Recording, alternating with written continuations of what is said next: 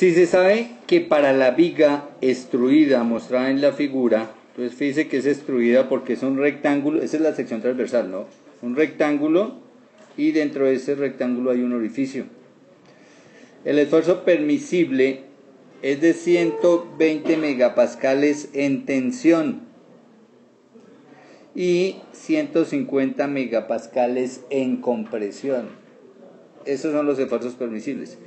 Determine el máximo par M que pueda aplicarse. Entonces ahí me están mostrando que yo deseo aplicar ese momento. Fíjese la dirección del momento, el sentido del momento. ¿Cuánto es ese momento máximo?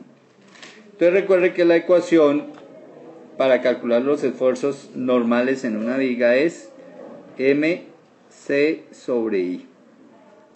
Obviamente de aquí vamos a despejar el momento, entonces el momento va a ser el esfuerzo por el i sobre este c, ¿cierto? Ahí está despejado el momento, lo vamos a calcular con esa ecuación.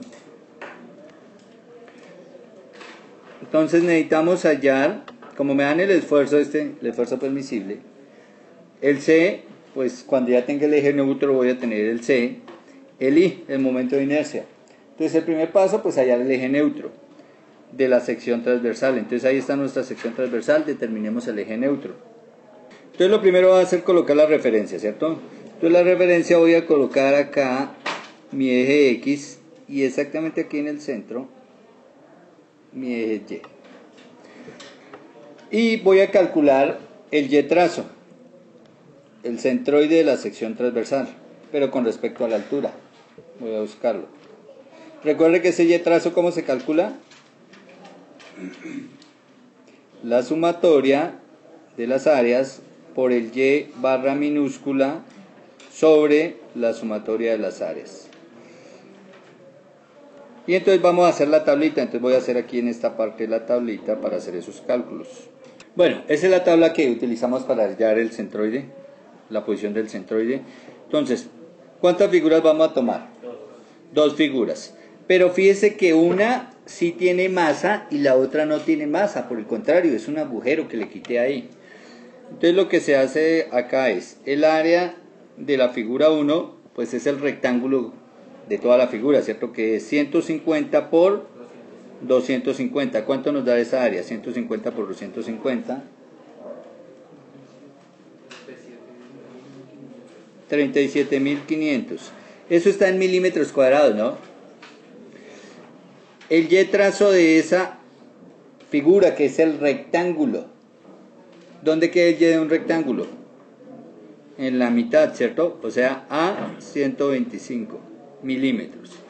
Bueno, y el producto de las dos cosas, mientras ustedes lo van haciendo, vamos para la figura 2. La figura 2 es ese círculo.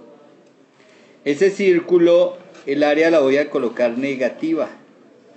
Y se coloca negativa sencillamente porque no existe, por el contrario, quité esa área. ¿Y cómo calculo el área del círculo? Entonces recuerden que es pi por radio al cuadrado, o sea, pi por 50 al cuadrado. ¿Cuánto nos da?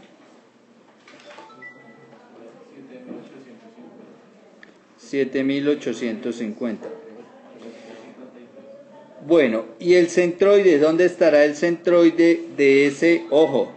Centroide de ese círculo. Entonces miremos acá. Bueno, no borremos el eje. Miremos medidas.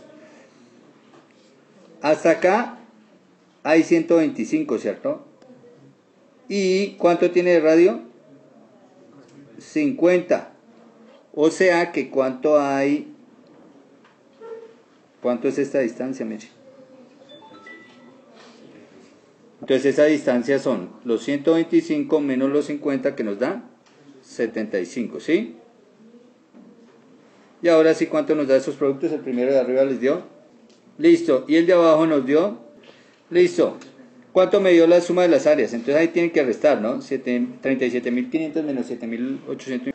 Bueno, ahí están los resultados que les dio a mis estudiantes. Y finalmente el Y barra de toda la sección transversal, perdón, esto es Y barra de toda la sección transversal, ¿les da igual a cuánto?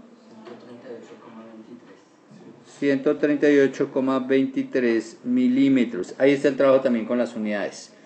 Quiere decir que de acá, desde la base desde la base nos posicionamos, este es el eje Y, bueno, este es el eje X, desde la base debemos ascender 138, ¿no? Entonces por acá, a 138,23 milímetros, este es el centroide de esa sección transversal. Bueno, y a partir de este centroide entonces vamos a calcular el I. Entonces para calcular el I pues necesito tener dos distancias, la distancia de ese centroide al centroide de la figura 1. Entonces la figura 1, su centroide está acá, ¿no? Esta distancia entonces, que la estamos posicionando acá, esta distancia, llamémosla D1. D1 tiene un valor de ¿cuánto? Entonces a 138,23 le quitan los 125, ¿cuánto les queda? 13,23 milímetros. Ese es uno. Y el otro que necesitamos es la distancia de el eje neutro al centroide de la siguiente figura. Entonces la siguiente figura es el círculo, ¿cierto? O sea que necesito esta distancia de acá hasta acá. ¿Cuánto vale esa distancia? ¿Cuánto les da? Bueno, entonces esa distancia da 63,25. Ahora lo siguiente es calcular el momento de inercia de toda la sección transversal. Para ello, pues hay que tener en cuenta el rectángulo y hay que tener en cuenta el círculo. Entonces vamos a calcular el I como el I del rectángulo, que es la figura 1, menos el I del círculo, que sería la figura 2 en este caso. Y entonces eso lo vamos a hacer de la siguiente manera. Como la figura 1 es un rectángulo, entonces el I del rectángulo ahí lo tenemos 1/12 de la base, que son 150, por la altura, que son 250 al cubo. Pero como no coincide el centroide de toda la figura con el centroide del rectángulo, entonces me toca adicionar área por distancia al cuadrado, que ahí está mostrada en la operación, menos el I del círculo. El I de un círculo entonces es pi cuartos del radio a la 4, más, como no coincide tampoco el centroide del círculo con el centroide de toda la figura, entonces me toca adicionar más el área, que sería pi radio cuadrado, por la distancia de separación entre el centroide de toda la figura y el centroide del círculo, que son 63,23 al cuadrado. Y esta operación les da a mis estudiantes 165,57 por 10 a la 6 milímetros a la 4. Pero vamos a pasar esos milímetros a la 4 a metros a la 4. Entonces, ¿qué decimos? Que como son saltos de 4 y de milímetros a metros son 3 saltos, 3 por 4, 12.